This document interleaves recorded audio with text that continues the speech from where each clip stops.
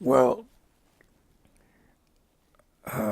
my parents both came over when they were very young, and most of my grandparents, except for my mother's mother, never got here because they were both from very large families. And my mother was brought over when she was 2 years old, which was approximately the year 1900. Uh, so she didn't remember much about it. But I think her mother had about 10 children, and she was the next to the youngest. So I just vaguely remember her mother when she was about 90 years old in the kitchen of where we lived in the Bronx. I just vaguely remember her.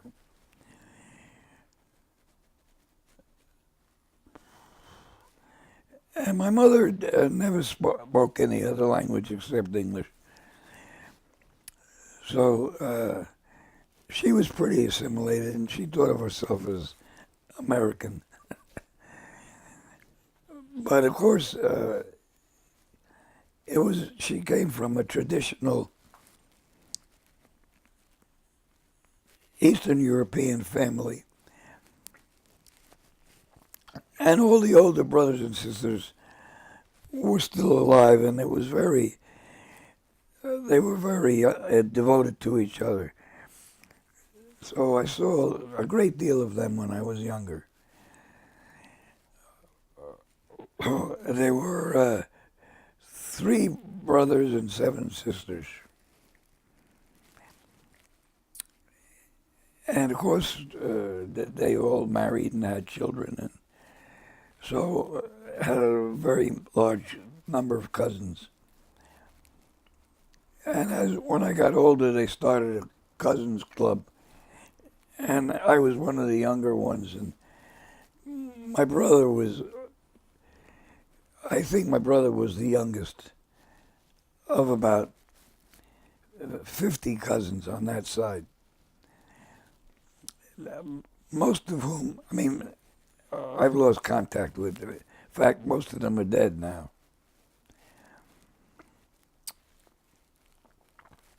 But anyway, my mother considered herself American, although she did live in this enclave of European immigrants, Middle European immigrants, and I guess it was in the Lower East Side that they lived. And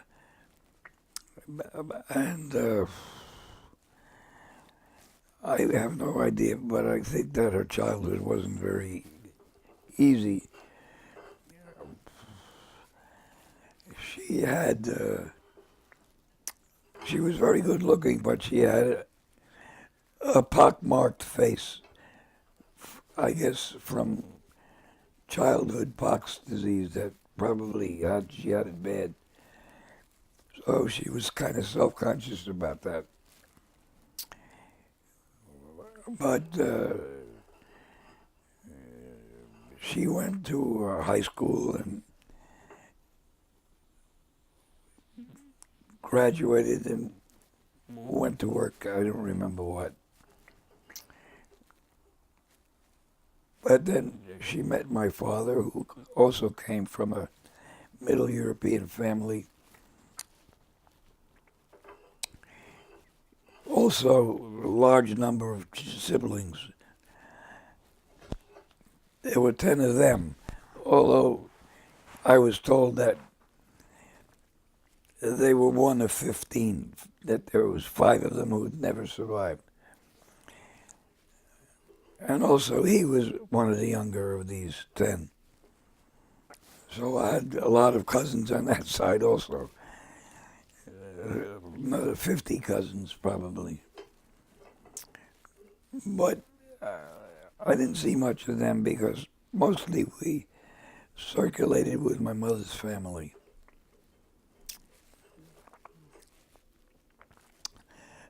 And I was born in a hospital on Kelly Street in the Bronx, which is famous because Colin Powell came from that street. And I don't remember too much about the street except that uh, it was near Bronx Zoo. And so we were taken to the Bronx Zoo a lot when we were children. But the most noteworthy experience of my youth was that we went for a ride with some people. In those days, not many people had cars, and I don't know who these people were. But they took us for a ride on the Long Island Thruway, I guess. I don't know what it was called then. Anyway, the most noteworthy incident of my childhood was that when I was 3 years old, we went on this. They took, they took me. My brother wasn't born yet. For a ride. And I was restless in the car. I was in the rear of a sedan. And I probably was trying to get away from my mother because my mother was a somewhat anxious parent. Anyway, I played with the door and I opened the door and I flew out of the car. I mean, rolled out of the car. And of course they had to stop and I was pretty badly broken up. My body was pretty badly broken up. A lot of broken bones. But I survived. And I was in braces until I went to kindergarten, around 5 years old. So for around 2 years I was in braces. And I vaguely remember walking around in the braces in Bronx Park by the zoo. By the slight remembrance of it. But I recuperated, and I went to school and I got active and I was very active and I compensated for it. But my bone structure is still not normal, and when I came up to be drafted for the Second World War, they decided that I was not eligible because of the damage to my bone structure, which I still have, and I have difficulty walking. I have one leg longer than the other, and I have a twisted pelvis, and I have spinal stenosis, and some crushed vertebrae and so forth. So my bone structure is obviously not normal. But as a child, I paid no attention to it. I just became very active, and I was active with all the other boys, playing with street games and ball and so forth. You can chip in every now and then if you want. Oh. Move. Yeah, I'm just saying to Monica, don't move too much. So that's the main event of my childhood. But I was a very active boy, and another event was that I went down into the basement of the building and I locked myself down there. I got the locked the door behind me. So that was another somewhat traumatic event. Did you do that? And what? Did you do that on purpose, or to get No, away from probably. everybody? Or? Well, I was just a very active child. I was more active than I should have been, probably. Third incident was there was a lumber yard across the street from the school, from the house, and of course it had a fence and it had a lot of old lumber in it. And I climbed over the fence and went in there and climbed among the old lumber pieces, and I got full of splinters. So then they had to spend a lot of time getting the splinters out of me. Quite active, isn't it? So, I was just annoyed. I mean, the point is that I was just a normally active boy. What school did you go to? Well, I don't remember where I started, but eventually we moved from the East Bronx to the West Bronx to a place near the Grand Concourse, opposite a school called PS 90. And I remember going to public school 90. That's where I graduated from. I don't remember where I started, though. But the earliest memory I have of the school is about fifth grade, and I must have been 10 or 11 years old. And I experienced early puberty. So, that was significant to me. I became interested in girls at a fairly young age, younger than some of the other boys. Tell us more about that. What did you do? Pardon? What did you do in? Well, they had the boys and girls separated in the school. They had the girls sitting on one side of the room and the boys sitting on the other side. So I used to manage to wiggle to sit on the side closest to the girls and got friendly with the girls. Was there anybody special? Yeah, there was a girl who I thought was good looking. In those days, that was what was important to me. And her name was Polly Zupnik. Polly Zupnik. Yeah, I think Zupnik was it. Yeah. Polly Zupnik, that's what I remember. She was a good-looking girl, and I was interested in her. But she did not particularly respond.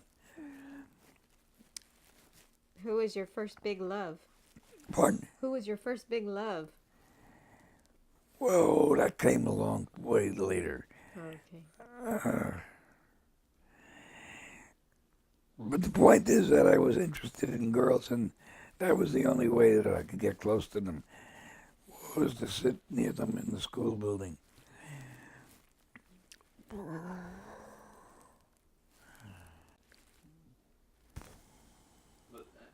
I've just got to pause briefly while you're pausing. Oh, pardon?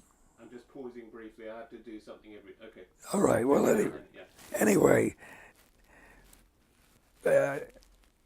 I I do remember that I had a very early interest in the opposite sex, I guess. Girls, to me, they were just girls.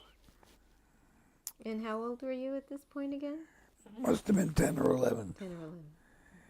Yeah, but I hadn't heard physically. I was already getting to be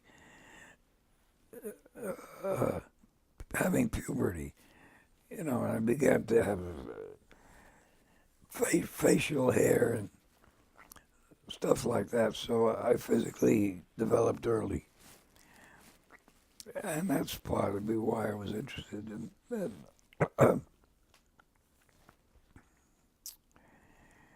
What else were you interested in at that time? Oh well, I was very good in school, so I mean I enjoyed responding to the school work, and I was an early reader, so I would read anything I could get my hands on. But there wasn't too much valuable stuff available, so mostly I read like schoolboy stories like Tom Swift, and I guess I read some Mark Twain. I guess I read Huckleberry Finn and Tom Sawyer. And then I found then the romance novels were popular at the time. So older people had romance novels around. And I found them and I read them. Anthony Adverse, I think, was one, and historical novels. I forget who wrote Anthony Adverse, but it was successful. And then there were, of course, these cheap paperback books, early paperback books, which were like little pamphlets, which were sort of a mixture of Wild West stories and comics. I don't remember any of them, but I used to read them. How much did they cost? Do you remember? I don't remember. However much they cost, I didn't buy them because we had very little money. Because that's the story of my father. My father came over. They brought him over with two older sisters who they were teenagers, but he was only 12 years old. And they came over from a farm near the Baltic Sea. And apparently they were fairly prosperous at their farm, because I've seen some recent pictures of it, and it was pretty impressive.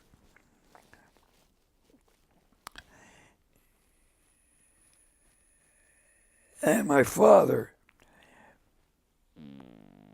was only 12 years old, but he had already been working at the farm since he was a young boy. And his job was driving a cart with milk barrels into town. So they brought him over here in the hold of a ship. It took a month to get here.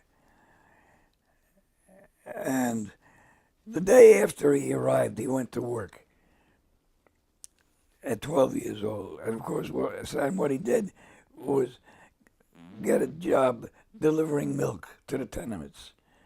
And he delivered milk. In those days, they used to bring the milk bottles right up to the door and put it down. And that's what he did. He brought the milk bottles up to the door. 12 years old. And he was determined to be an American, to assimilate. I mean, So he knew Russian and Hebrew and Yiddish, but he never spoke to them another word of that. He just spoke English. He learned English, and he went to night school. So he was up early in the morning delivering the milk, and he was going to work to high school at night. And he did pretty well, but the family didn't have much money, obviously. So how he started, I don't know, but he got into the diamond business, and he went to school and learned how to cut diamonds. So he started as a diamond cutter in the downtown diamond neighborhood in Manhattan. And the diamond cutters got paid for what they did. So he made quite a bit of money, but then the Depression hit. And when the Depression hit, he lost what he had, and he didn't get any work. So he started to sell diamonds on the street. And there was a lot of street peddlers selling diamonds in those days. So he was a diamond merchant, but he was not a very clever, shrewd type of man. I mean, he didn't have these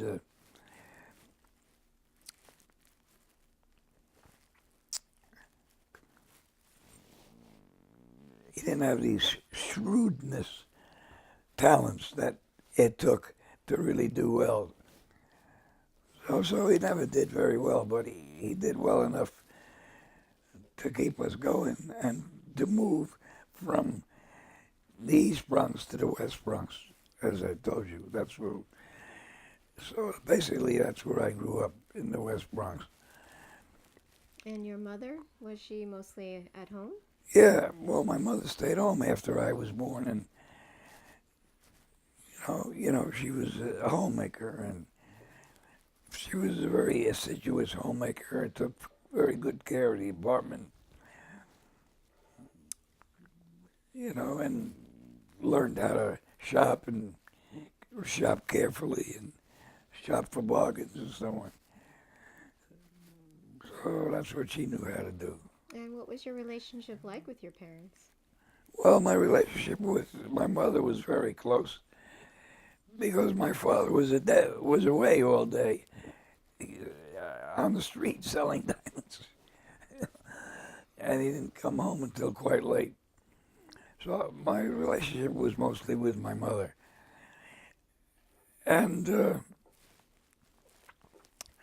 course they were traditional in the sense that they had the traditional Jewish values of valuing learning and education. And my mother was extremely well read, although she only graduated from high school, but she did well in high school and she was very well read. And she used to read whatever she could get her hands on, and she found Shakespeare somewhere, and she collected books and cut out little gems, like, Reader's Digest type gems from the newspapers. And she learned a lot of Shakespeare by heart. So, and of course, Shakespeare is still extraordinary, and she got a lot of it out. So the emphasis was on education, and I did very well in school. What were your favorite subjects? What did you excel at? Anything in particular? Well, I mean, mostly, we're talking about grammar school. Grammar school, I excelled in English classes and math classes. sorry. basic stuff. Quick pause, sorry. Just hold on, one minute, I'm just going to check something.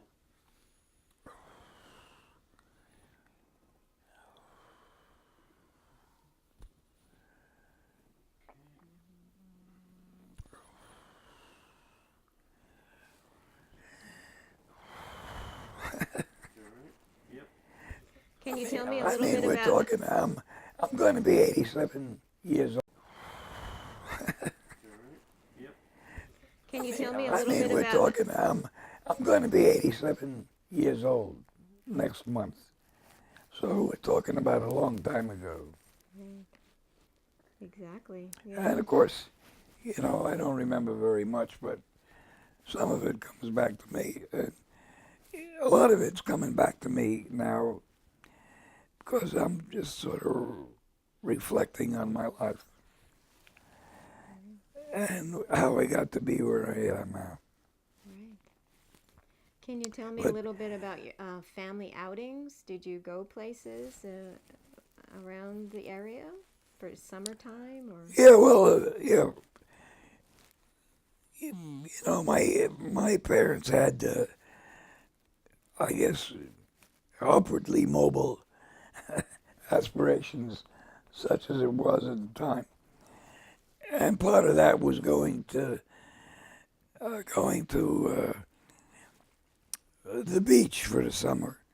So they took us to Rockaway Park, which is the northernmost tip of Rockaway, of the Rockaway Peninsula, for a couple of summers, and I enjoyed the beach. I participated in that. And then a couple of summers they took us to the Catskill Mountains. And that was very interesting to me because at these little hotels at the Catskills at that time, the college boys used to come up and work as waiters and entertainers. And I got to associate with these young college boys and talk to them about mostly literature, of which some of them knew something. So they introduced me to very high quality novels such as Jean Christophe by Romain Rolland, a French novelist. And I had conversations with them, and my mind was expanding into the higher quality literary genres. And of course, my parents, as I said, they had traditional values. And among those values were the Judeo-Christian values, ethical values. They had very high ethical standards, which is important. So I developed some of those, and I distinguished myself a little bit from the other kids from the South Bronx who were a little bit rowdy, you might say. I guess, yeah. And some of them were really quite violent in a minor way. But badly enough so that they got into trouble. Some of them wound up in correctional facilities. Now, was this a primarily Jewish neighborhood at the time? No, it was a mixed neighborhood. It was Jewish and Irish.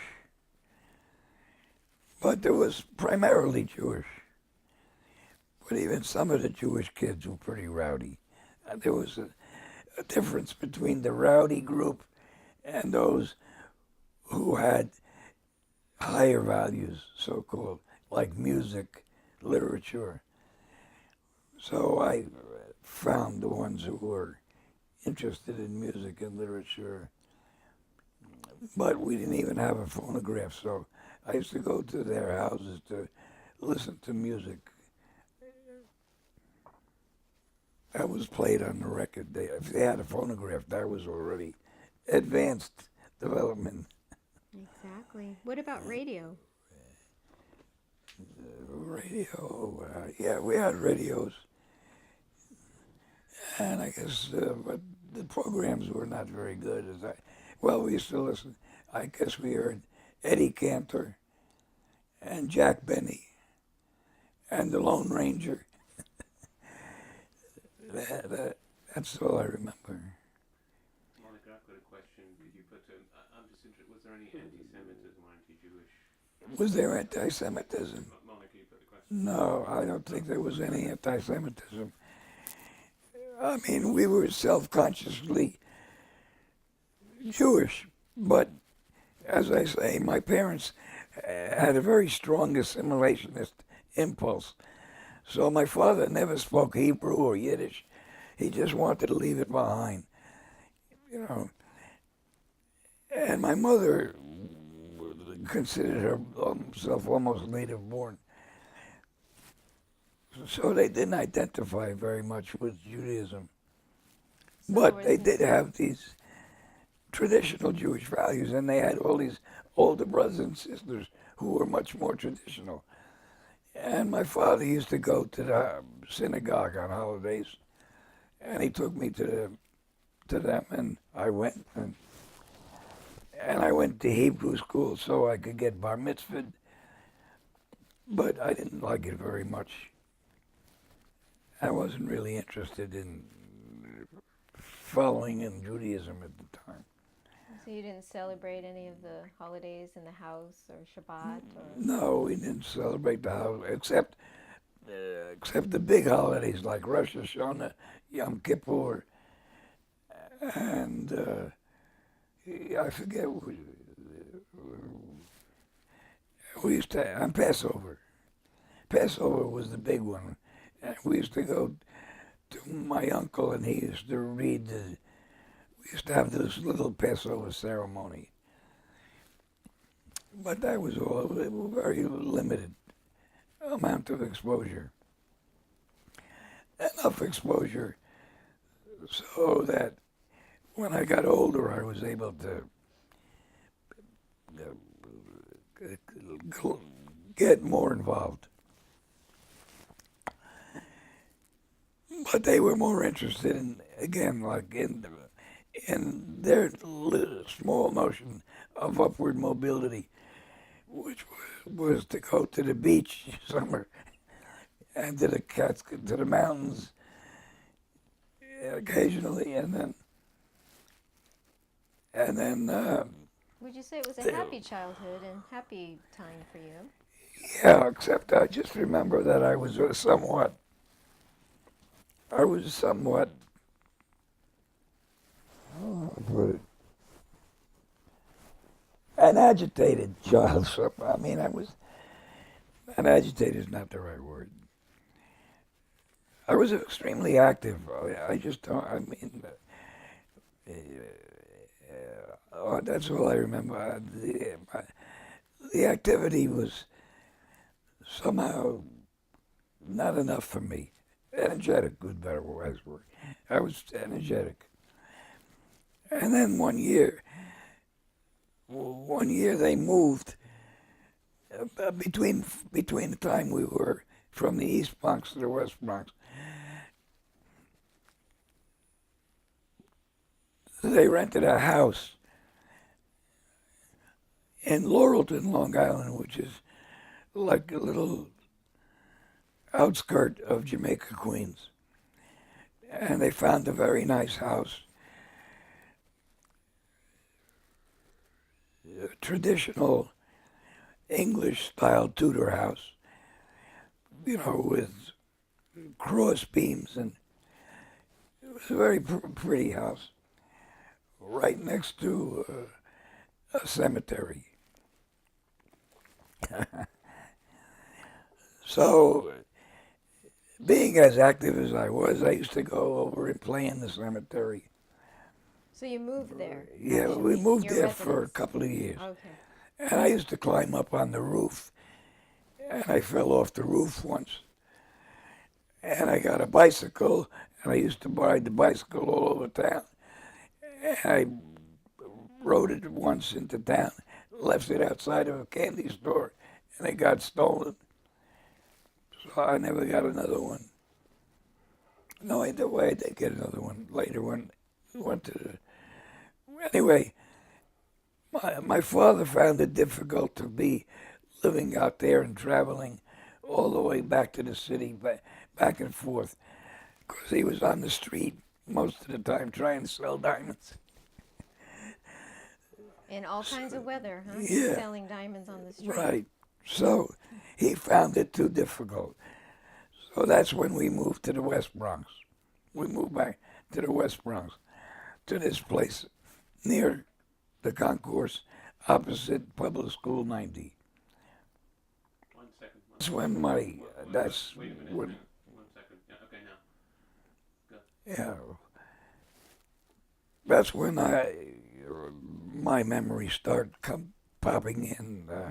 And what age were you now in the West Bronx? As I said, 10 or 11. Oh, but okay. 10 or 11, just before I got bar mitzvah. Right. Yeah, so, there was a neighborhood synagogue where I went to take Hebrew lessons to prepare to be to be bar mitzvah. And, they were preparing me to be an educated professional. Right. It was, I guess, in their mind. And And I went along with it, and I was very interested. But as I said, I was very active, and I got in trouble, various kinds of troubles. what kind of trouble? Well, we used to play in the street, stickball. We used to hit the ball and try and hit it very hard and get it onto the roof of the buildings. And I did that a few times. And we used to try and see how far we could throw it. And I got involved in that. Do you have any best friends during this time? Yeah, I had a best friend on the ground floor. He was one of the ones who was getting educated, and he was interested in classical music, and he had a phonograph. So I used to go to sit in his apartment, and we listened to classical music. And what was his name? His name was Ed Moldoff, Okay. Moldoff. And he subsequently got fairly well educated. And he started his own business, antique business, I think. Yeah, he started an antique business on the Upper East Side. He had it for a while. As an adult, I remember visiting him there. I don't know what happened to him, but he had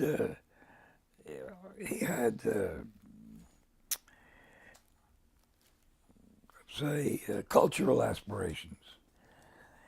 So he was my best friend. And then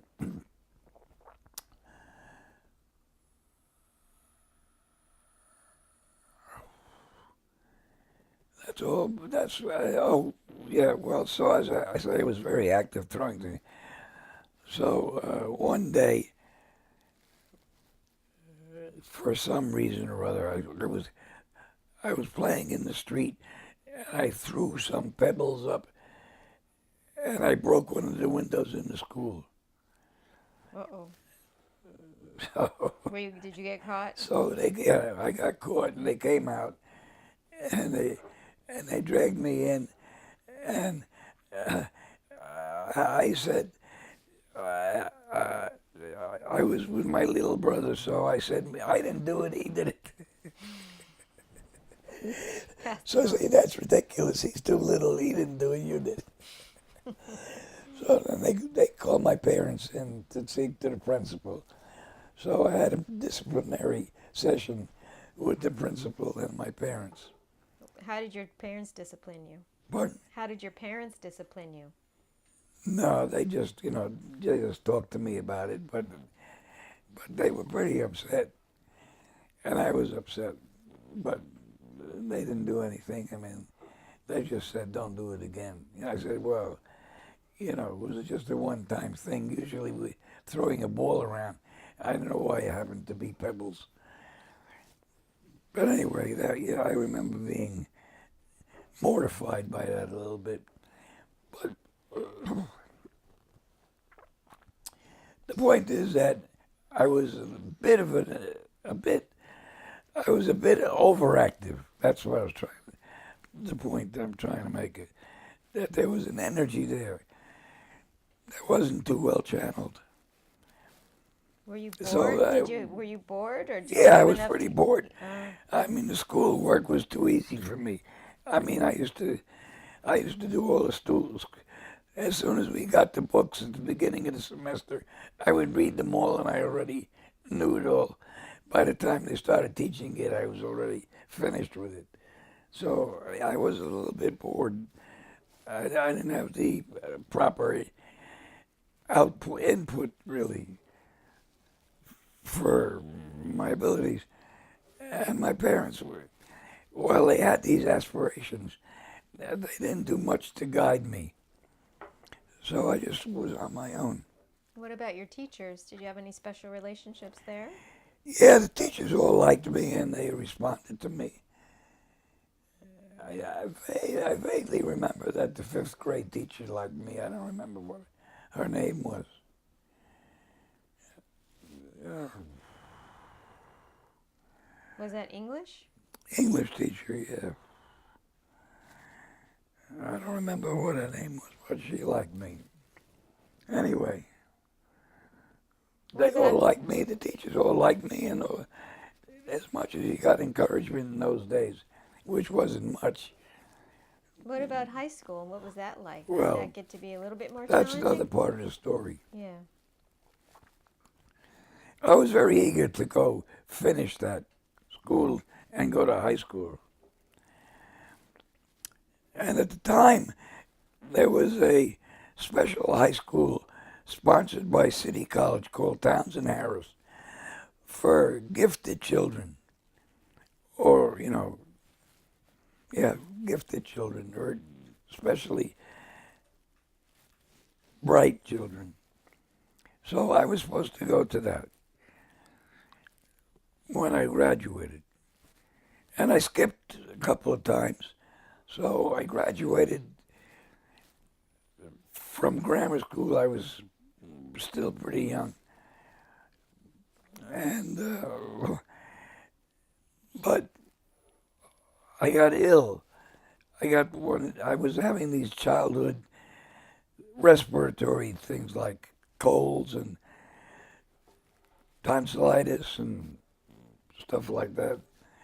So I got some kind of respiratory illness, bad cold or something, and I was not able. They used to give you tests, and it was a foregone conclusion that I would get past the test and go to the school. But I got so ill that I couldn't go to take the test, or at least no one took me to take the test. So I had to pass on it because nobody. I mean, they could have made an arrangement for me to take a knuckle test and so on, but nobody did anything. They just let it go. And at that time, I wanted to go there because I knew that it was very, very classically oriented education. But at that time, Bronx High School of Science had just begun. And that was also for gifted children, but it was scientific rather than humanistic education. So I wasn't really interested in that. But it was a default choice. So So I went to the Bronx High School of Science.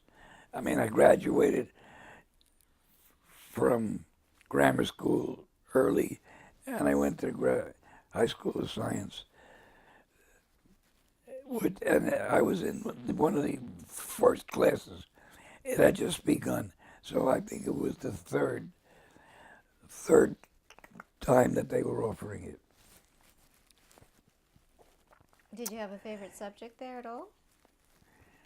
Yeah, my favorite subject there was math, because I wasn't really interested in science. I mean, I was not oriented towards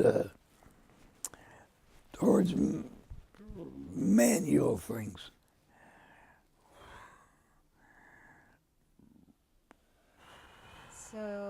So I took, but the math interested me because it was more mental. Right. So I did the math and I enjoyed it and I did very well with it. And but then what was good about it was that the other kids were all very bright. So I had good companions amongst them. And some of them, but most of them were interested in science, like chemistry and physics and biology. Most of them became MDs. But there are few that were extremely bright in math and physics.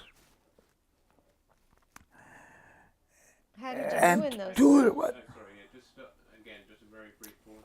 Okay, 1 second. All right, we're rolling. Mind your head again. Anyway,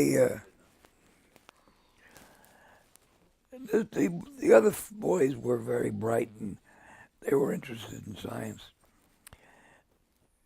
And the fellow who was first in my class, when we graduated, he was the first. He won the Nobel Prize in Physics.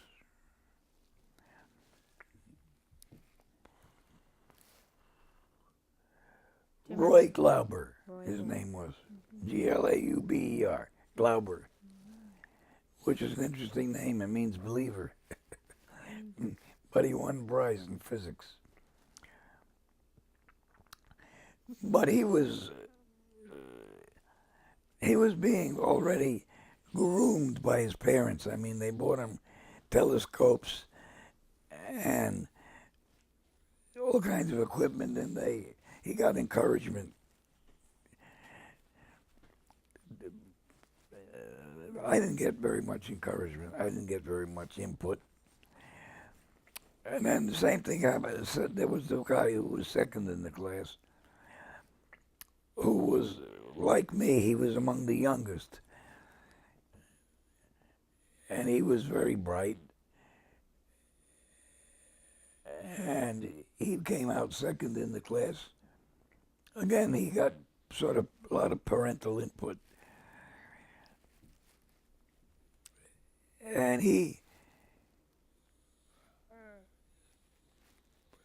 I don't know what he did, but he became the president of the Carnegie Institute of Technology. He did very well. And not only that, but he became the Secretary of Defense under Jimmy Carter. So that was pretty phenomenal. Harold Brown, his name was. It's a good school. He may be still alive. Roy Glauber, I think, died a few years ago, who got the Nobel Prize in Physics. But then,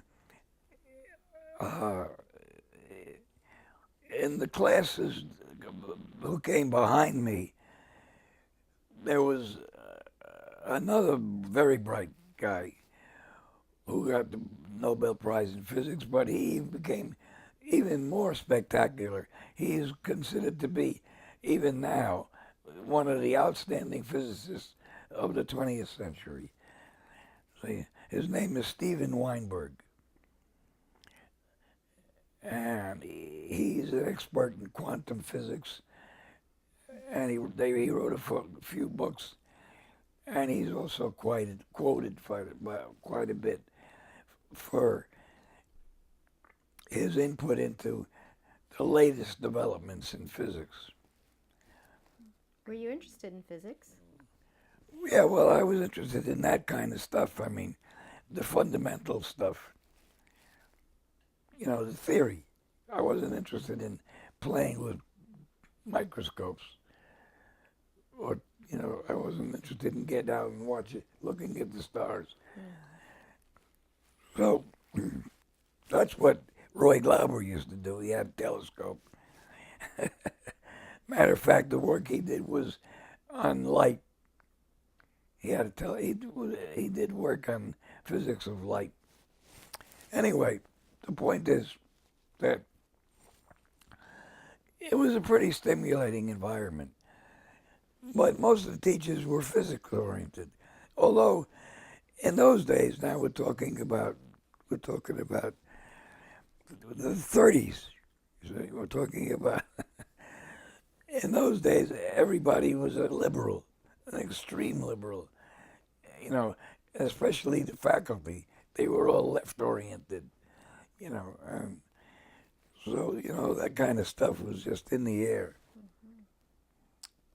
But then there was one teacher who was interested in literature. She was an English teacher. Her name was Carolyn Gordon. I don't know which class it was, but she had it was a class that she encouraged us to do some writing. So a couple of the guys wrote some very good stuff, and I wrote some stuff that wasn't so good. But anyway, we did writing, and it was already beginning to seem like education was the way to go for us. But I still had this physical development that was going on, and there was only boys in the school at the time. There were no girls. So I was a little bit frustrated by the inability to have any girlfriends. So how did you meet girls? Pardon? How did you meet girls? Well, I didn't. I had no way to meet any girls. So I had this sense of frustration about it. Mm-hmm. Well, how about next step, high school? Pardon? So the high school, well, how about college then? Where'd you go to Oh, college? yeah, so that's the point. So I was very eager to get out of there and go to college, because then I knew I would meet some girls. So I accelerated. I moved through fast, and I graduated in 3 years at the age of 16, and I was going to go to college and meet girls. That was how I even thought about it. I think that's, because I knew I had no trouble with the school work. So, I accelerated and I took summer courses. I took summer courses at a little school opposite the Museum of Modern Art. I think it was called Drake. And then I used to go to the museum and hang out there. And I gathered whatever cultural stuff I could. Did you enjoy art at the time? I was just interested in art. I mean, it wasn't special interest. But the museum, point is, I exposed myself to it.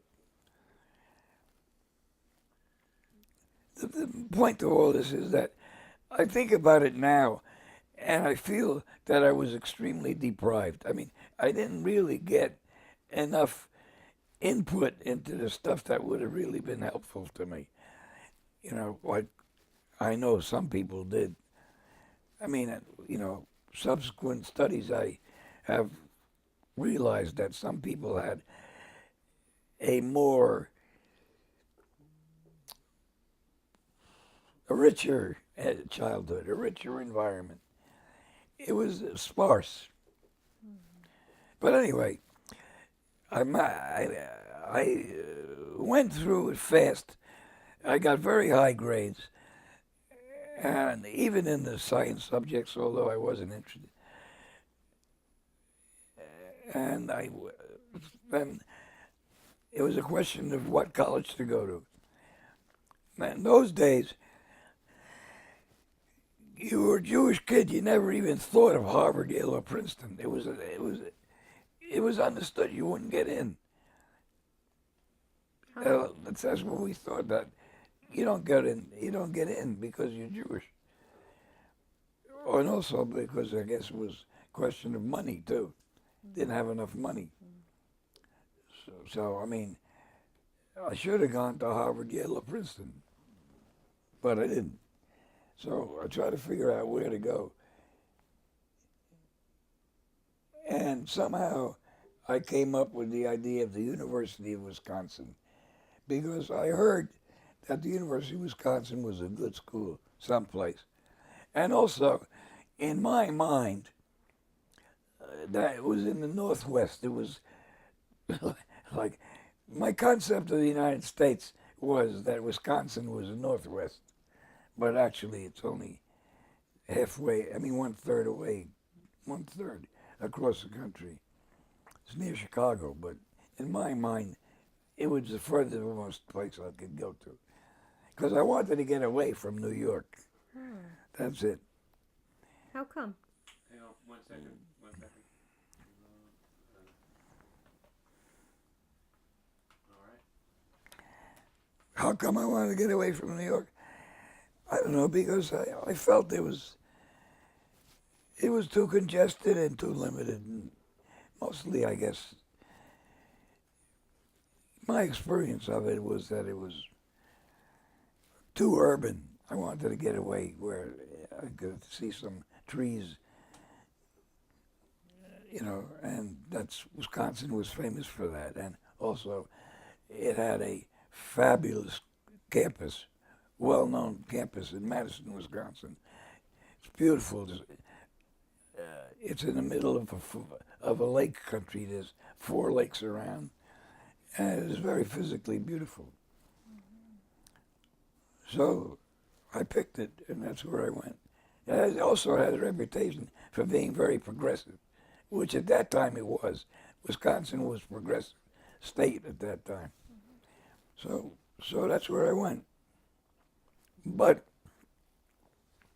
and I got a scholarship. That's another reason, because I got a scholarship. But I didn't remember applying many places. Great. What was your major? Well, that's the thing. So then I went. So then there was a question. Now we're talking about 1941, 42. I was 16 years old. And the war was on. I think the war started in 1941, Second World War. And my cousins were all going to the war. And then there was a question of my going, because I was going to be 18. So I was told, look, if you don't want to be drafted, you got to take chemical engineering, because those are the people who get deferred. Chemical engineering. I said, chemical engineering. I said, I'm not interested in engineering, and I'm not much interested in chemistry either. So they said, but that's what you got to major in. So I said, okay, I'll major in that. Oh dear. So I took the special advanced chemistry course they had for people who were going to be chemical engineers. And it was like a repeat of my high school chemistry, only more detail and more problems. more detailed problems, and I hated it. I said, it's ridiculous. I know all this stuff already. What am I gonna? Why should I do this? So that's what you have to do. And then there were other things. I mean, there was money, so I went to work as a busboy in a campus soda grill. And then they kind of exploited me a little bit there. And then there was girls. That's the part I'm waiting for. So I left the campus soda grill from being a busboy, and I went to the girls' sorority house to be a busboy there. And I worked my way up from a busboy to dishwasher. So I was a dishwasher in the girls' sorority house, and all the girls used to come back and talk to me while I was washing the dishes. And that was great. And then I bought a canoe, and I used to take them out on the lake in the canoe, and I was living like I thought was a luxurious life. Was there anybody But- special? Pardon? Was there anybody special? No, I don't remember. I remember I took a psychology class also.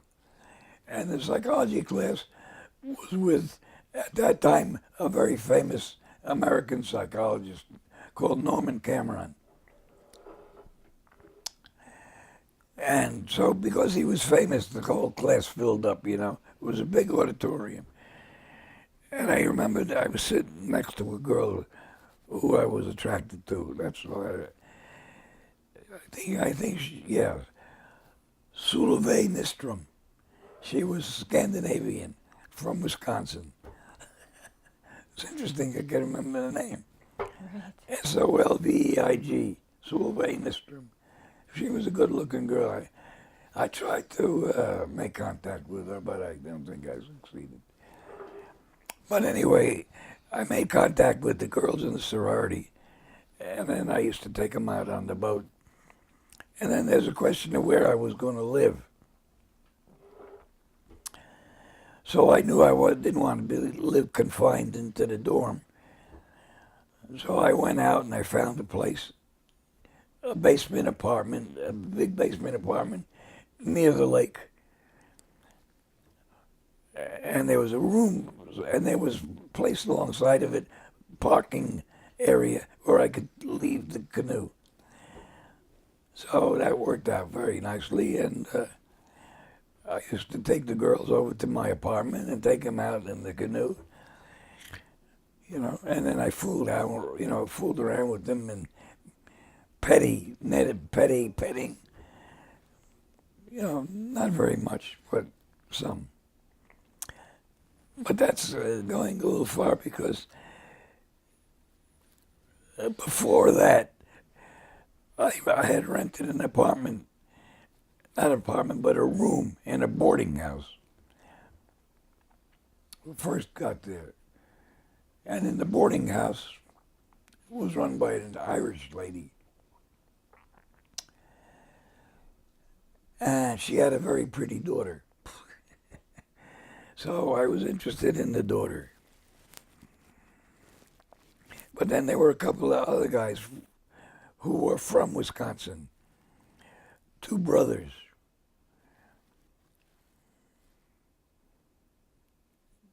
Melli, Melli, their name was. Joe Melli and Jim Melli. They were from Kenosha, which is where Senator Ryan is from, Kenosha, Wisconsin, which was a kind of an immigrant area. And they were Italian, from Italian immigrant family. And they were living in this house. So they told me this landlady didn't like me.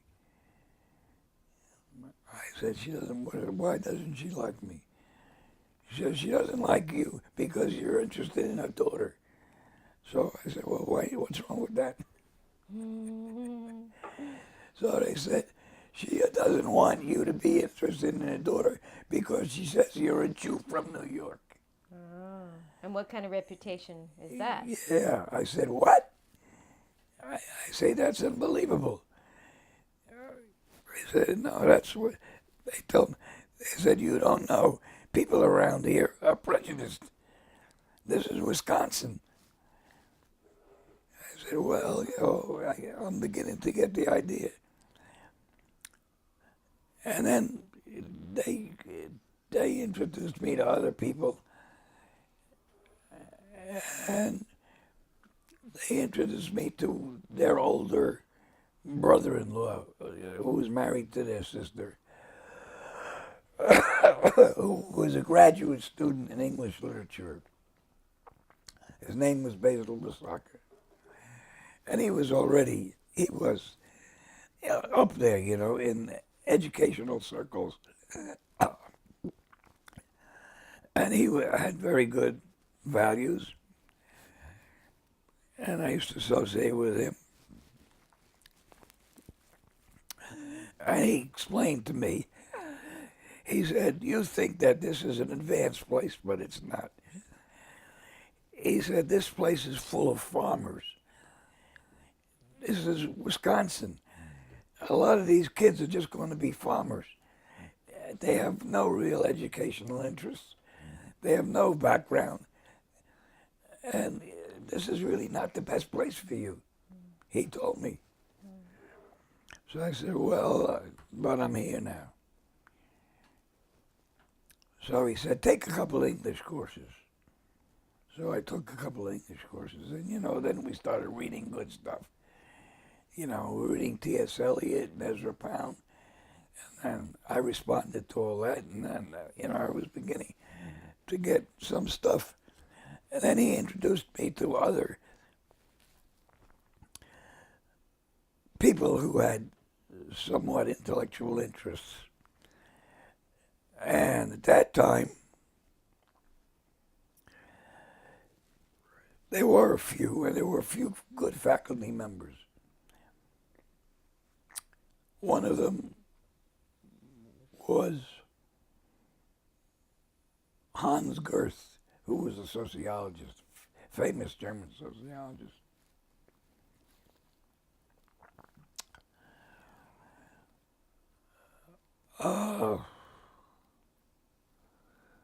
Another one was even more famous, C. Wright Mills, who was a famous sociologist who wrote The Power Elite, which was a big, big book of the 50s. Still is. Very radical, And then Saul Bellow used to come to visit their classes. Saul Bellow, famous novelist, who was at Chicago at the time. So I met him. So I began to, meet people who had some interesting things to say, and they were interesting, educated people, and I had values, educational values, high cultural values. Got through this stuff for years. Right, no. Okay, I'm just going to close the window. No rush, actually. Just do whatever makes sense. Yeah, I don't know. I mean, it sounds sort of elementary to me, because I could summarize it. No, well, Summarize it that. Yeah, it's what's important to you. Really. Yeah. Anyway, I met some nice young people at the campus who were also from New York, and there was kind of a left-leaning group of people from New York.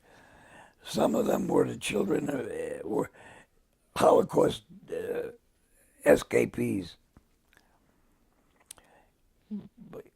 who also had, interesting educational backgrounds and cultural aspirations, intellectual. So I used to associate mostly with them.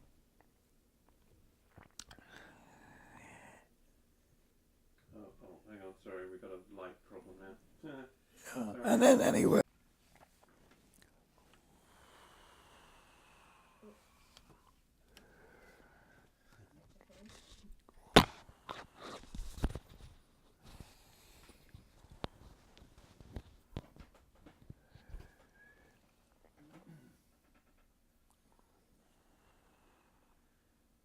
Okay, we're rolling. Okay.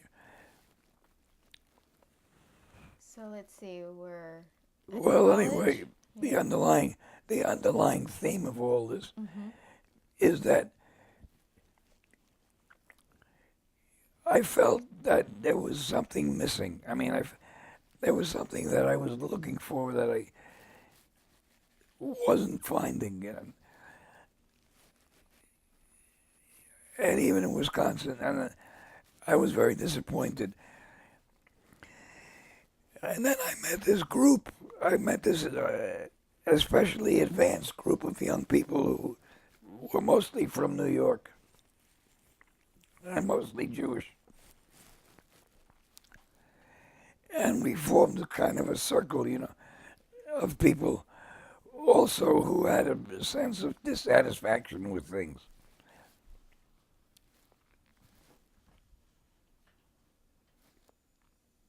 And I got friendly with them.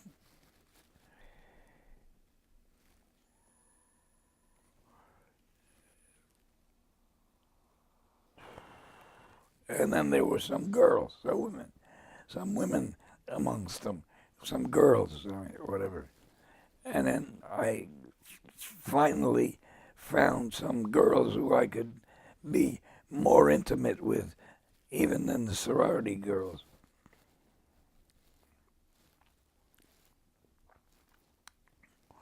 So then there were a couple of girls who I got very close to,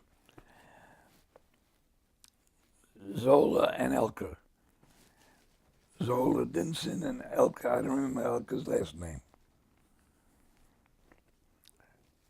But they responded to me a lot. And they were friends. So they used to come over to my apartment, you know.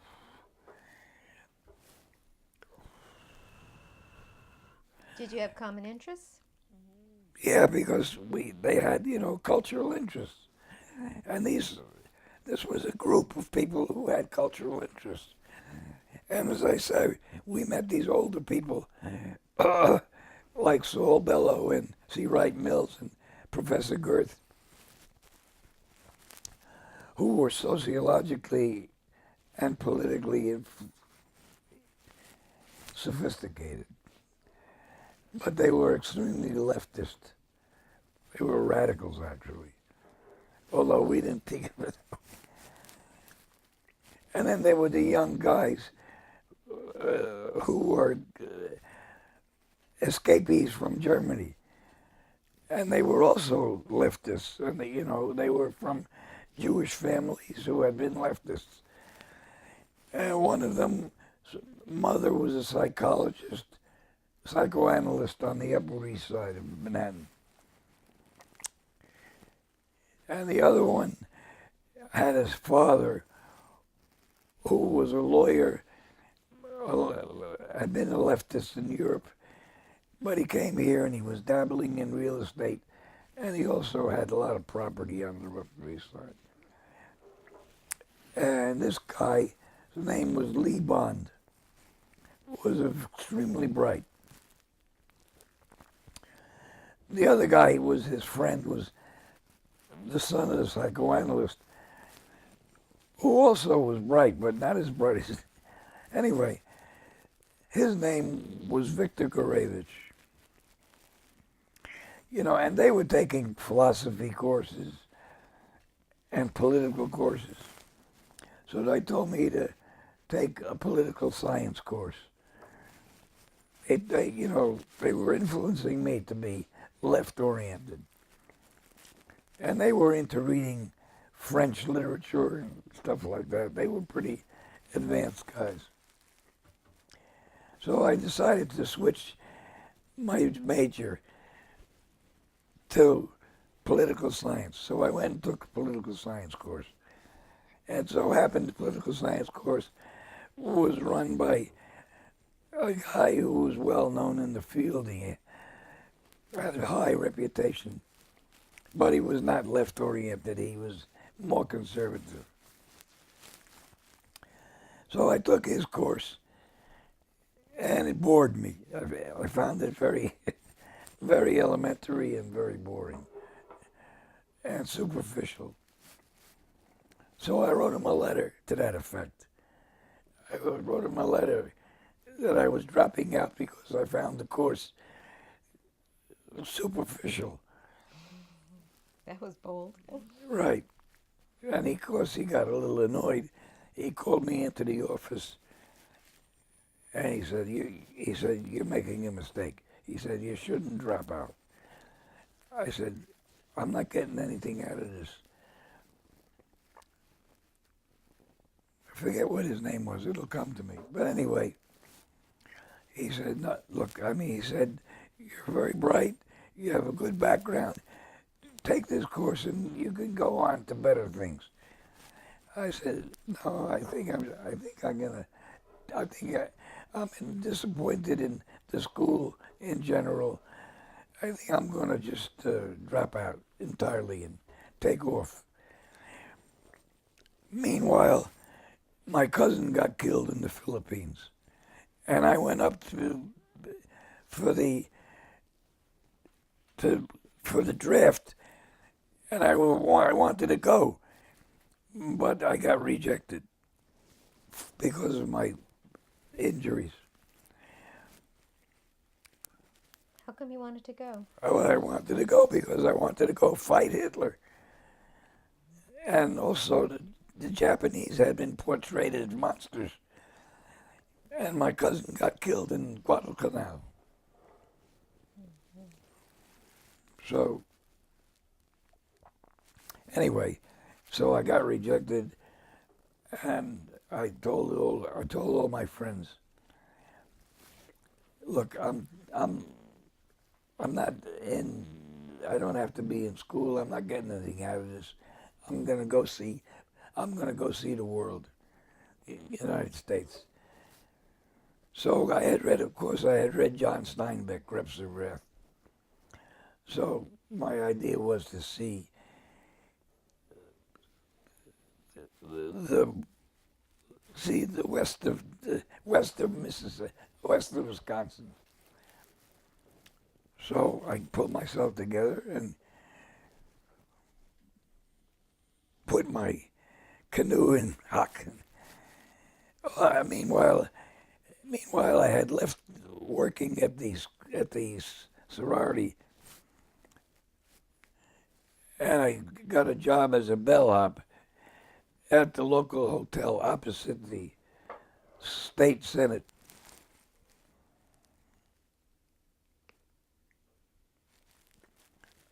I forget the name of the hotel, but it was well known. It'll come back to me. And then I was working as the night porter. So all the state senators used to have their parties in this hotel. Hotel Lorraine. It was the best hotel in town. Yeah, here I am, 18 years old. So I got liquor in.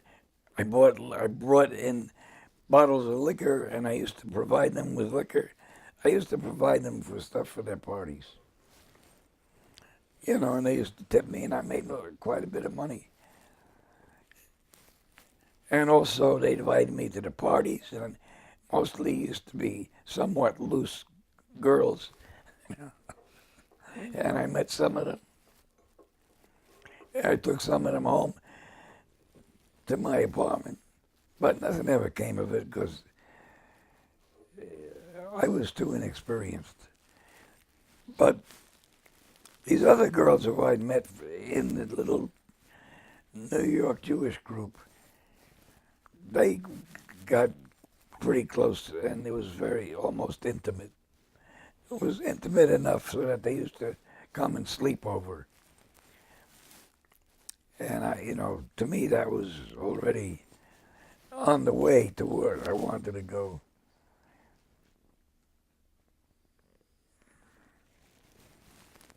But anyway, so my idea was to leave the school and see the country. So what else did you see? Okay, hang on. Another Oh. pause, sorry. I just also want to move the microphone a little bit because... Sorry, it's just got a little bit close to your beard. Okay. My fault, I put it too close.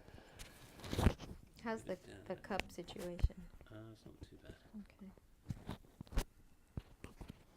Just put in a little... Just leave it like that. Anyway, so here I was, 18 years old. Not ready. Okay. Here I was, 18 years old, and I was embarking on a tour of the country.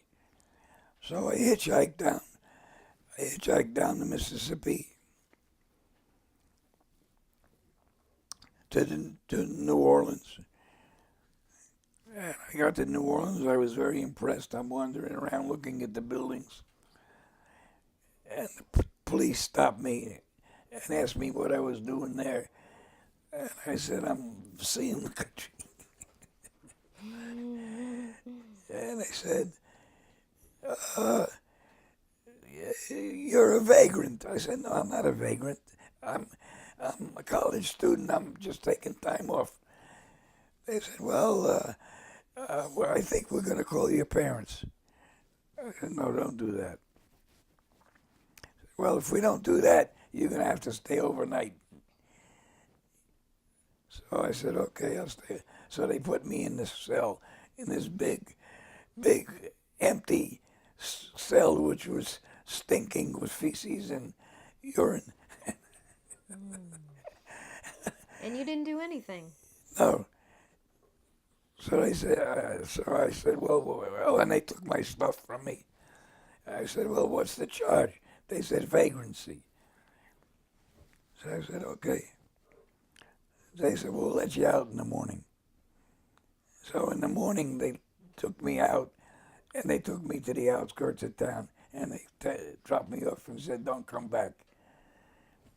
So I said, okay. And I went back. So I went back and I saw New Orleans a little bit. But the point is that it was beginning to be an experience of the kind of unpleasantness you could run into. So then I kept going. I went to Las Vegas, and I put a quarter in the slot machine, and I won $10. And I was thrilled. So I kept going to California, and I got to San Francisco when the war was over.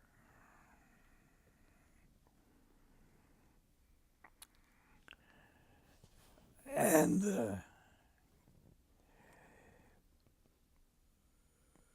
I was walking down Market Street, and I saw this booth where these soldiers were coming in, making records and sending them home to their parents. And there was a piano in there. So I walked in, and I sat down, and I said, you mind if I play the piano? So, no, they said, go ahead. So I played the piano, and I knew how to play the piano. I had taken piano lessons. So they said, you want a job? I said, well, yeah, sure. What kind of a job? They said, the boys come in and they make records. They like to sing. Send it home. You can accompany them on the piano, and we'll pay you for it. I said, that's great. So I'll do that. So I said, fine. So I had a job in California, playing the piano. And then the United Nations was meeting for the first time in San Francisco. They were having their opening meeting. And Truman came down to address them, President Truman. And he was coming down Market Street right past the place where I was working. So I got up with the microphone and I made a recording of Truman arriving in San Francisco to address the United Nations. And I sent the recording home to my parents. So they were thrilled to receive it. And they had it for a long time. And they gave it to me in some place I still have it probably. But anyway, I didn't feel like staying there. I was staying in the YMCA.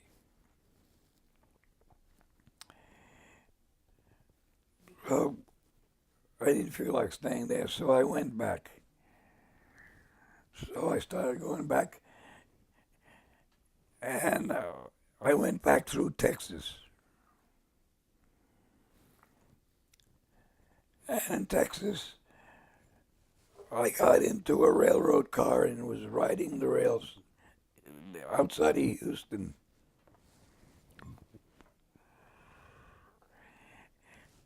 And in the boxcar, I met another couple of guys who were doing the same thing.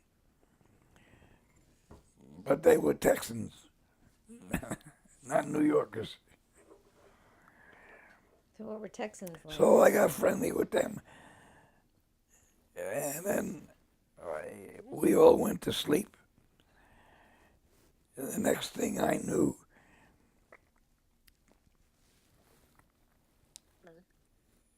they were pounding on me. And they knocked me out. And when I came to, they had taken all my stuff, including my pants. They left me lying there in the car without anything. Well, I mean, they didn't take my undershorts. They just took the... So I waited until the next stop and got off. And I made my way to a gas station. And I told the people there what happened. And they were pretty nice. And they found a pair of khaki pants for me. And they gave it to me, and I went on my way. But I had had enough, so I went back to Wisconsin.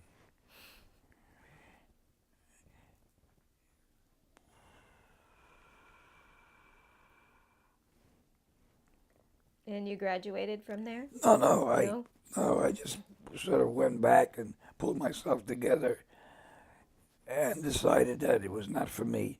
And I gave up my apartment. I sold the canoe and I left. And I came to New York. The city or back to your parents? No, I came to the city, and of course I came to my parents first. But then I went and I rented an apartment. I mean, not apartment. I rented a room on 87th Street right off of Central Park West for, I think, $15 or $10 a week. It was a nice room. It was in the brownstone, right off of the park. Incredible. And I got my father to agree to pay for it. And what year would you say this is now? This was 1945. Okay. I was 19 years old. Did you go back to university in New York? Well, see, then I had met these interesting group of people in Wisconsin. Well, now some of them were in New York. So Lee Bond was in New York, and a lot of them were floating around in the village, Greenwich Village. So I started floating around with this little group of people in Greenwich Village. And then I got to be friendly with Lee Bond. And he was a raving radical. And he got to know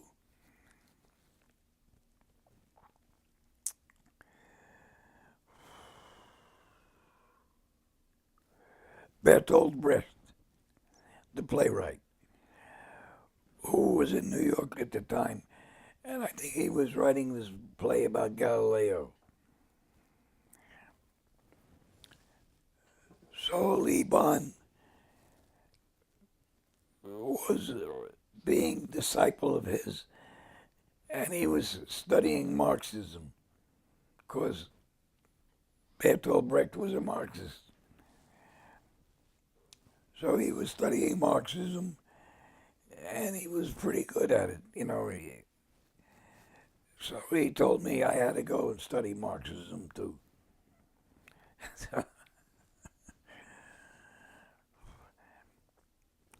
So I did. I studied some Marxism, and I became interested in leftist politics.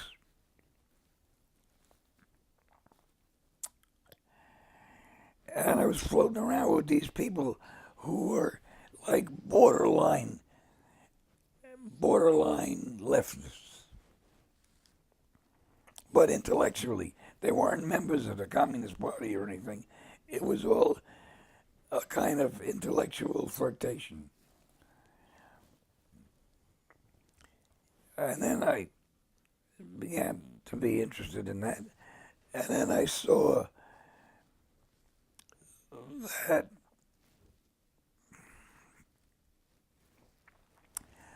while they had these intellectual ideals,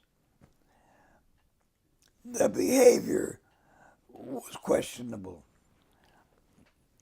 I mean, the behavior was just as roguish, you know, as the others that I had been seeing since I was a boy, you know. People who professed some things but tended to be primitive in their behavior. Can you give me an example? 1 minute, one Oh. second. What? I was wondering if you can give me an example. 1 second. Okay. Well, says, I mean, meanwhile, meanwhile, I gave up the little room that I had, and I rented this. I told you before. I rented this little apartment down on the Lower East Side because I used to hang out in the village.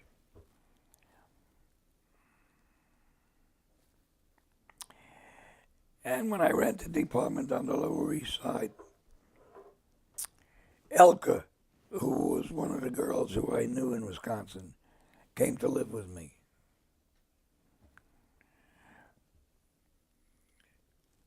And that was really a full-blown sexual relationship. She lived with me. And we were having a very intimate life together.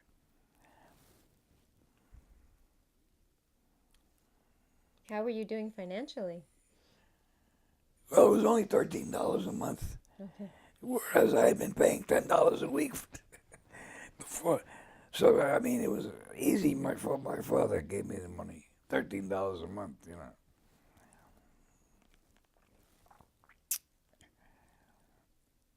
And we bought furniture on the ground floor. There was a secondhand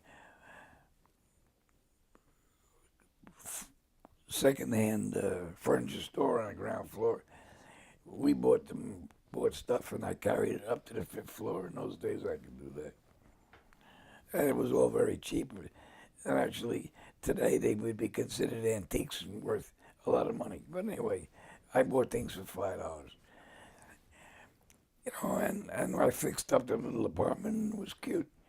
And then I had this very nice girlfriend. She turns out, I mean, she was very bright. She was very good looking, you know, and we had this nice relationship. But, and I knew all these other people, and then they were having relationships also, you know, men and women, you know, and the men were treating the women very badly. I mean, you know, And I mean, of course I noticed that. And I said, well, they've got very nice social ideals, but their behavior is questionable, very questionable. So I said it doesn't match. There's not a match between the philosophy that they propound and their behavior. I said there's something wrong with it. I said, and I made a mistake to leave school because I really don't know enough. So I'm going to go back to school and study philosophy because there's something wrong with this Marxism stuff. And I knew what was wrong with it. I mean, I had a feeling for a lot of the criticism that had came down on this Marxism and Stalinism and the whole political arena. So that's what I did. I registered at Columbia, and I mean, I got in it very easy, and then I started going to Columbia. Did you graduate But from Columbia or? yeah, Yeah. but meanwhile, Elka got pregnant, and I was only. I mean, I had no money. I was only 19 years old. Maybe I was 20 by that time. And I didn't know how to handle it. I couldn't handle it.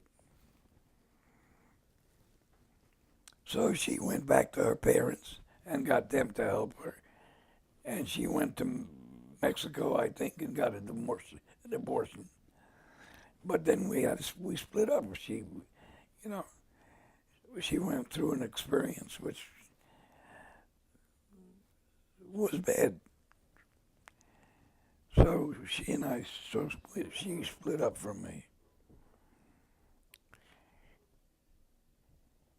And then she met Anatole Broyard. Anatole Broyard, who was a mulatto intellectual, well known in New York City. He was a columnist, a journalist. He was an essayist. I don't know. Yeah, I forget for what. I think it's some alternative newspaper or other. Anyway, he was well known. So she got involved with him.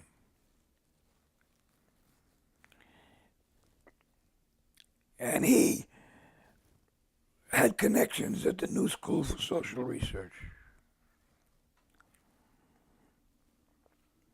Ernst Vandenhag, who was a big deal at the New School for Social Research.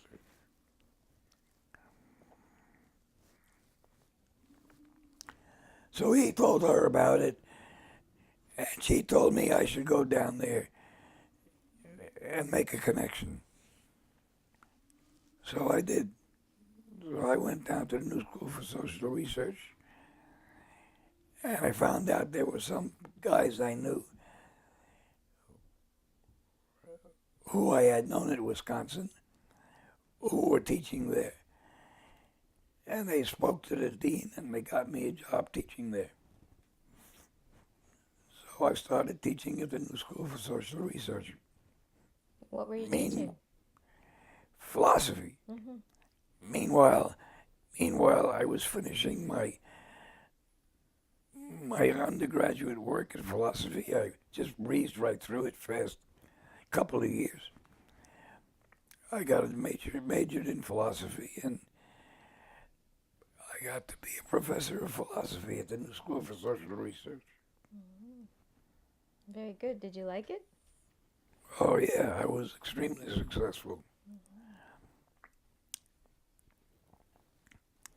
So that's basically a brief chronology.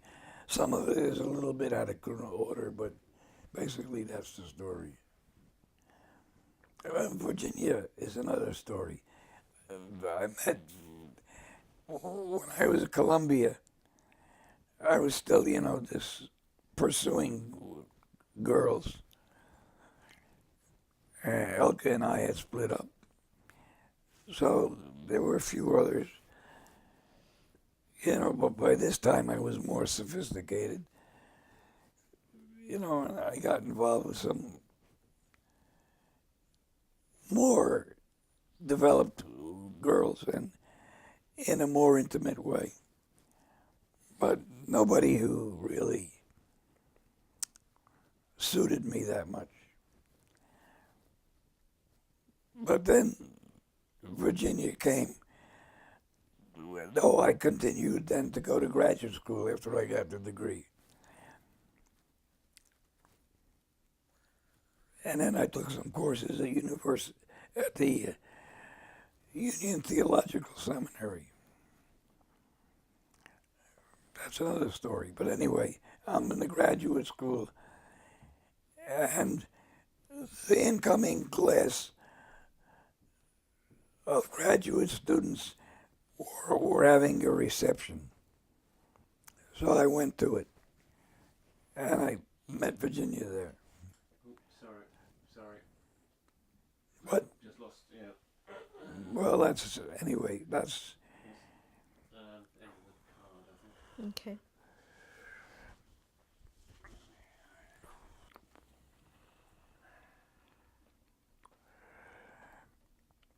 Alright, we're rolling, yeah. Okay, so just pick up. All right. So anyway, Virginia had been at Yale Graduate School, studying with some pretty high-powered people in the English department. Wimsott was one of them, and she was extremely intelligent and well-informed. She was the most intelligent woman I had met up until that point. But hang on a second, I remember you telling me something. Go back to that very first meeting and why you went to talk to her. She was very good looking. That was what I was first attracted to, how good looking she was. But turns out that she was also very intelligent and well informed. And I responded to her in a way that was very forceful because, it was the first time I had met some woman who was that intelligent. And that, not only that intelligent, but that well read, well informed. So we got involved and we got very intimate. And by that time, I had rented an apartment on 76th Street, East 76th Street. I had moved up from the Lower East Side. I got this nice apartment. It was only, I gotta remember, $25 a month or something like that. It was also one of these tenement apartments with a bathtub in the kitchen.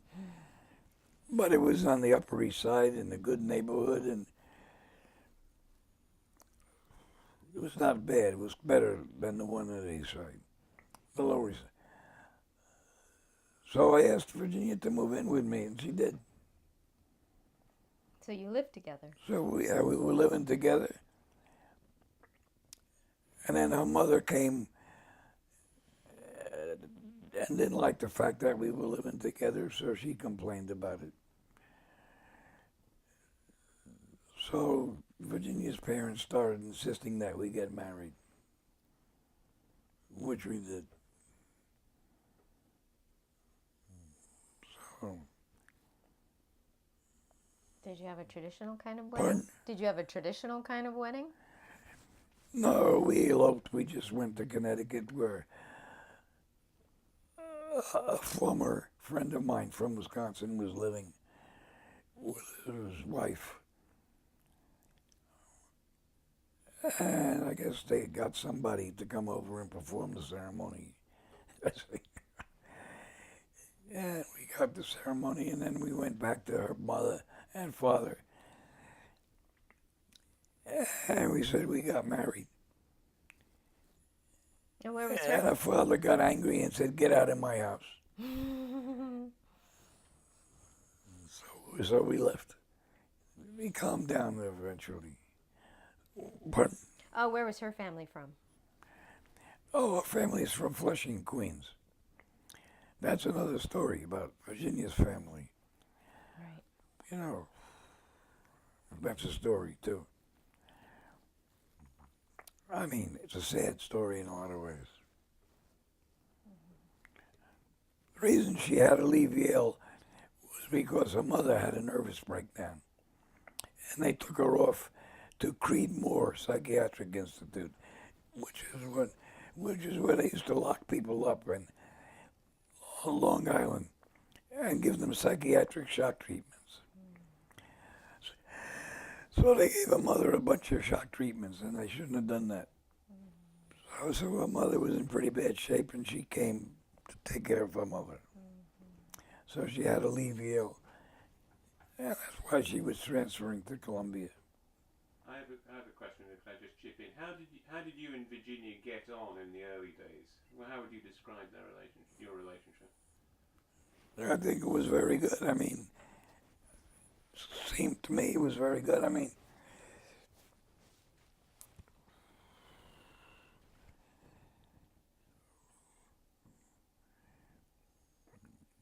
yeah, it was completely intimate and completely good, and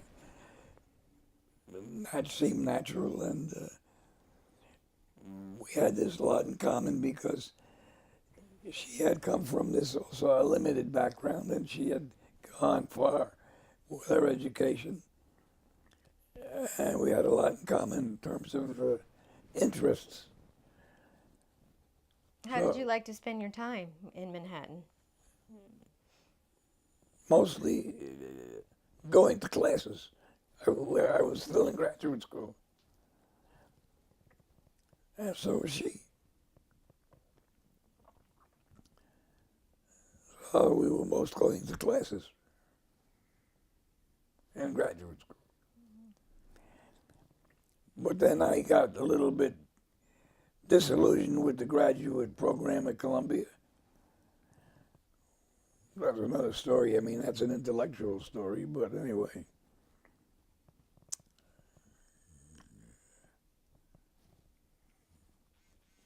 I got disillusioned with it for some reason. And there were these two very famous theologians teaching at Union Theological Seminary. Very famous. Paul Tillich and Reinhold Niebuhr.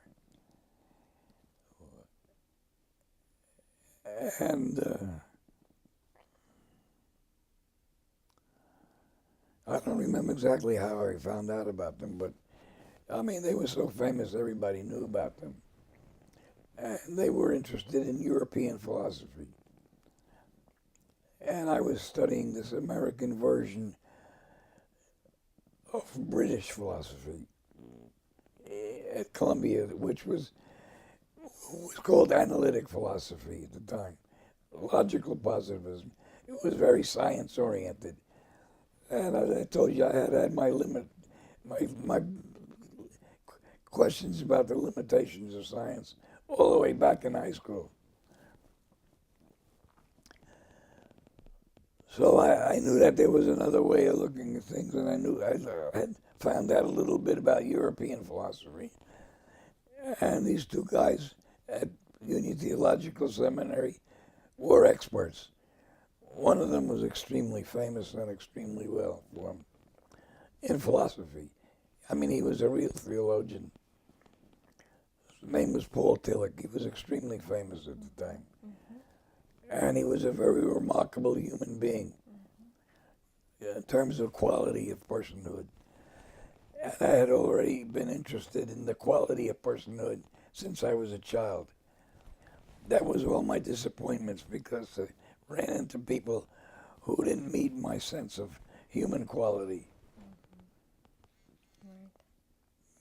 And you and Virginia shared equal interests in Yeah, she these was subjects? interested in the qualities of English literature.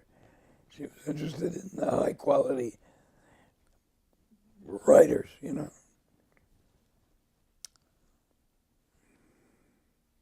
Yeah, I mean, I don't know that we shared it that much, but it was close.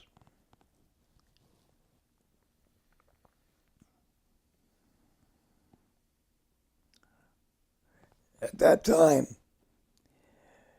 Lionel Trilling was at Columbia, and he had some of these same kind of interests as I did, and she was interested in him. And Mark Van Doren was there, and he was an expert on Shakespeare. So I sat in on his Shakespeare courses, which were remarkably good. And I'm still interested in Shakespeare. I mean, Shakespeare was one of the greatest human minds that ever lived. People don't understand that.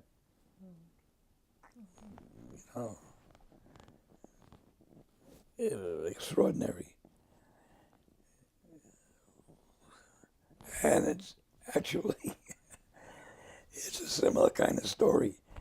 I mean, he came from this nowhere place, you know, and people can't understand how such a person could have come out of that nowhere place at Stratford-upon-Avon. Well, Virginia and I were there. It's not that different from Appomattox upstate that we have, which is also a nowhere place. You know, I mean, the people there are totally underdeveloped, but then I'm up there. Some people know that. I think maybe should we call it a day? I think Yeah. I think it's a time to. Yeah. We've done a lot. We've done over 2 hours. So Yeah, we've done a lot.